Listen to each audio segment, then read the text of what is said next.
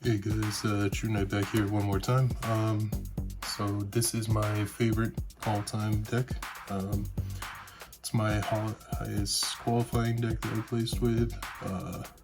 Played it back in 2015, 2016, 2017. Topped regional with it. Did pretty well to YCS with it. But yeah, this is my favorite deck. So let's get into how I play it nowadays, huh? Okay, so starting out, I don't play it with all the new stuff, just so you guys know. I think the new stuff is okay, but I don't think it's Satellar. So 3 Altar, it's my favorite Satellarknight. It's great effect to summon out of the grave every turn, just consistently. 3 Deneb, you gotta run it at 3 as long as you have it. It's always been the age-old thing. One card I do use that's new is 3 Lyran. Just getting the effect to special if you've normal summoned and everything is great. Really helps the deck spam more creatures. So 2 Vega. I really wish we'd gotten a holo rare of this one. But I mean, I'm not one to talk. I still play the original printings of all of them. So and 1 Uno. So still a good idea to have for putting in the graveyard, and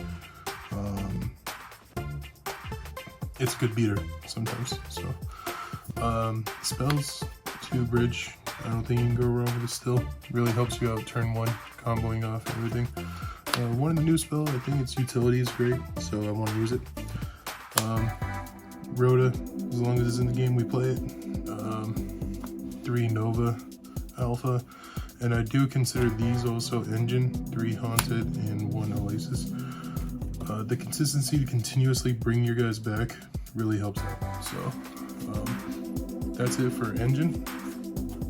And non-engine is my usual typical, but a little bit of change with the new format, ban list and everything.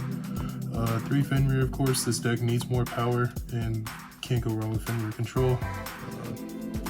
3 Nib, again, like I've said in a lot of my previous videos, we're moving into a Nib format again, so you gotta have it. 3 Ash, can't go wrong with it. 3 Prosperity, 2 Talents, and Imperm.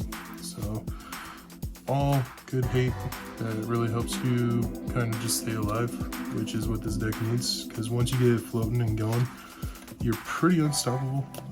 Especially I think against Horus, that new deck that's gonna get ready to come out. This deck's gonna be kind of nutty to fight it, because you're not targeting and you're not destroying. You're just bouncing back. So Trevor, rinse and repeat, I feel like is a strong thing. So this deck maybe has potential going forward. So extra deck wise, playing 3 Triv again. Rinse and repeat. You compulse the whole board. You what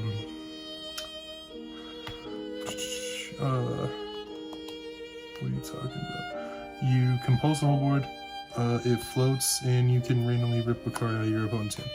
So Dark Satellarknight. Can't go wrong with this card turn 1. If you get 2 Stellars, you can go into this guy, discard a card, go into Ptolemy's, go off from there.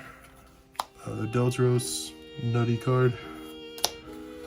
Ptolemy's, I only play 1, I know it's at 3, but I think 1 is fine for this build. Diamond, and Durandal from the Ptolemy's. I think the Durandal is great. A thing that I believe with the rank 4 deck, if you can make it, you go into Abyss Dweller right now, because shutting down the grave is key, especially against Unchained, which is the best deck. Thanks a lot, Konami.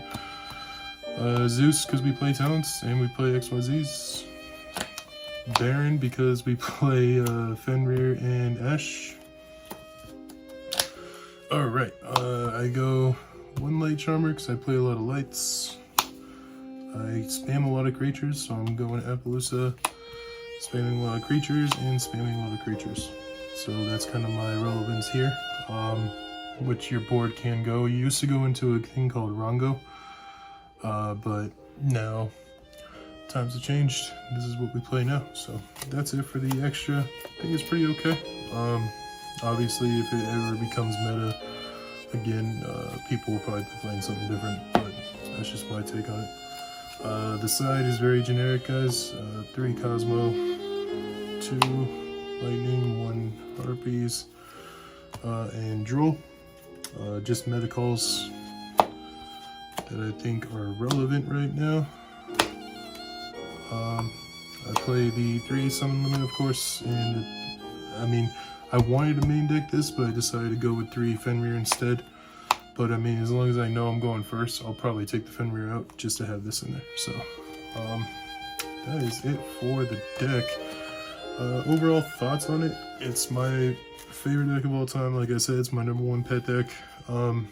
It's not what I came into the game with. I started the game out with Noble Knight, and I'll give you guys a deck profile on that one day. But yeah, this deck is the deck that taught me a lot about the game. I remember picking it up when it first came out, and I've been playing Noble Knight for like 6 months, and picked this deck up and instantly started topping. Went against Necros a lot, 2 of them a lot with this deck.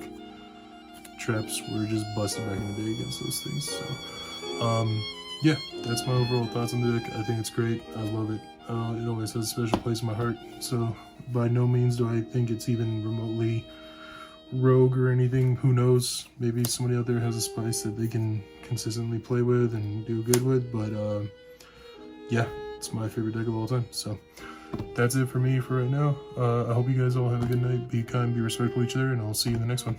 Bye-bye.